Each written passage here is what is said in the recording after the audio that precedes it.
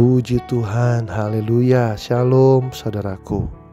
Nuh adalah contoh pribadi nyata yang hidup dalam kebenaran dan kesucian di tengah dunia yang penuh godaan. Dituliskan dalam Kejadian pasal 6 ayat 9. Inilah riwayat Nuh. Nuh adalah seorang yang benar dan tidak bercela di antara orang-orang sezamannya. Dan Nuh itu hidup bergaul dengan Allah. Saudaraku, selama hidup Nuh mengalami berbagai cemoohan dan sindiran karena tekadnya untuk hidup benar. Namun tertulis dalam Ibrani 11 ayat 7, karena iman, maka Nuh dengan petunjuk Allah tentang sesuatu yang belum kelihatan, dengan taat mempersiapkan bahtera untuk menyelamatkan keluarganya. Dan karena iman itu, ia menghukum dunia dan ia ditentukan untuk menerima kebenaran sesuai dengan imannya. Saudara, dalam situasi kesepian dan terisolasi karena orang di sekitarnya mengucilkannya, Nuh tetap setia pada panggilan Allah. Selama 500 tahun dalam waktu yang lama, Nuh tidak pernah goyah dalam imannya.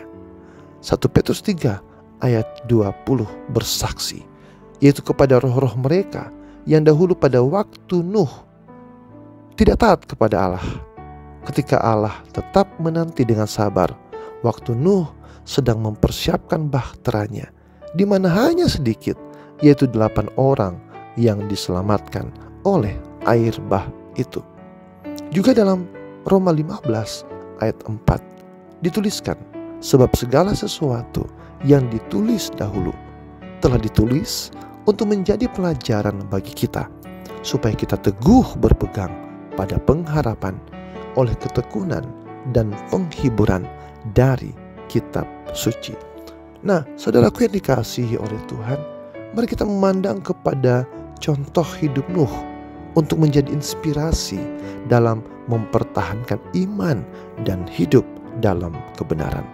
Saat kita berjuang untuk hidup dalam kebenaran, marilah kita memandang kepada Nuh sebagai teladan. Kita tahu bahwa Tuhan senantiasa menyertai kita. Mazmur 31 ayat 24 menyatakan demikian. Kasihilah Tuhan, hai semua orang yang dikasihinya. Tuhan menjaga orang-orang yang setiawan, tetapi orang-orang yang berbuat congkak diganjarnya dengan tidak tanggung-tanggung.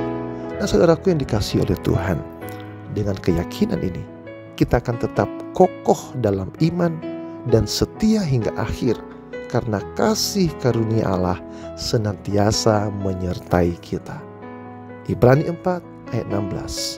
Sebab itu, marilah kita dengan penuh keberanian menghampiri tahta kasih karunia, supaya kita menerima rahmat dan menemukan kasih karunia untuk mendapat pertolongan kita pada waktunya. Tuhan Yesus memberkati. Shalom.